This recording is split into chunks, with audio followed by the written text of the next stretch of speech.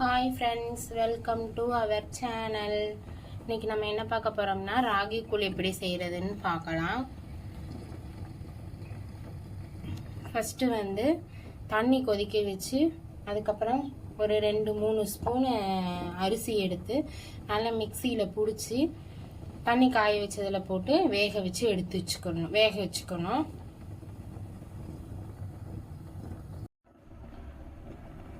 அரிசி ஒரு பக்கம் வெந்துட்டு இருக்கட்டும். அதுக்கப்புறம் நம்ம என்ன பண்ண போறோம்னா ராகி மாவு இந்த ஸ்பூன்ல 3 ஸ்பூன் ராகி மாவு எடுத்து நல்லா கட்டி இல்லாம இந்த மாதிரி தண்ணியா நல்லா கரைச்சி வச்சுக்கோணும். கட்டி இல்லாம கரைக்கணும். இந்த மாதிரி நல்லா தண்ணியா கரைச்சி வச்சுக்கணும். ஃப்ரெண்ட்ஸ், இப்போ அரிசி வெந்துருச்சான்னு பார்க்கலாம்.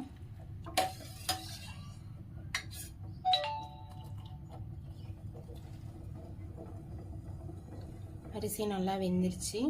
இந்த ஸ்டேஜ் இருந்தால் போதும். இப்போ இந்த ஸ்டேஜில் நம்ம கரைச்சி வச்சுருந்த ராகி மாவு ஊற்றிக்கலாம். நல்லா தண்ணி இல்லாமல் கரைச்சி விட்டுக்கணும்.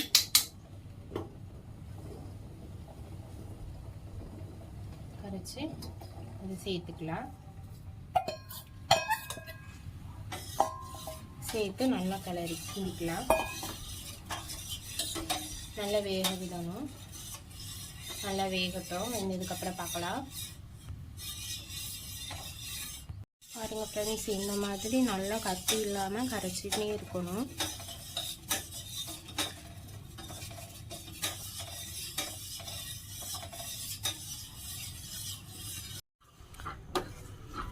ஃப்ரெண்ட்ஸ், ரொம்ப கட்டியாக வேணாம், ஓரளவுக்கு தண்ணியாக இருந்தால் தான் குடிக்கிறதுக்கு நல்லா இருக்கும்.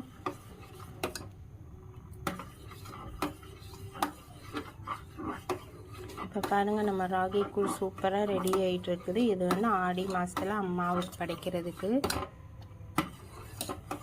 இந்த மாதிரி ராகி கூழ்லாம் செஞ்சு படைச்சிங்கன்னா ரொம்பவே நல்லது.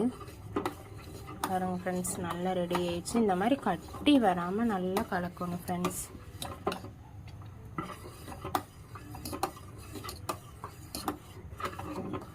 போதும் ஃப்ரெண்ட்ஸ், இந்த அளவுக்கே போதும்.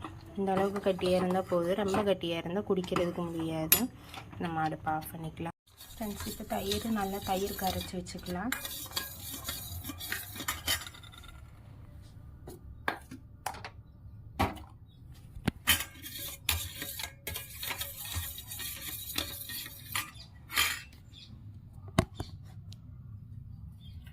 தயிர்க்குள்ள கரைச்சி தயிரை சேர்த்துக்கலாம்.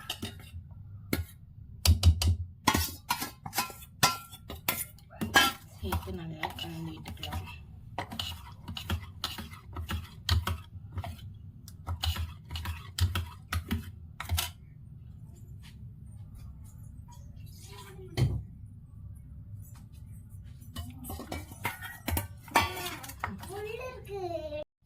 ஃப்ரெண்ட்ஸ், தயிர் சேர்த்து நல்லா கலந்து விட்டாச்சு.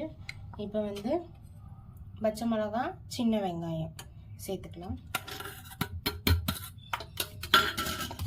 சேர்த்து நல்லா கலந்து விட்டுட்டு உப்பு போட்டால் ராகி கூழ் ரெடி ஃப்ரெண்ட்ஸ்.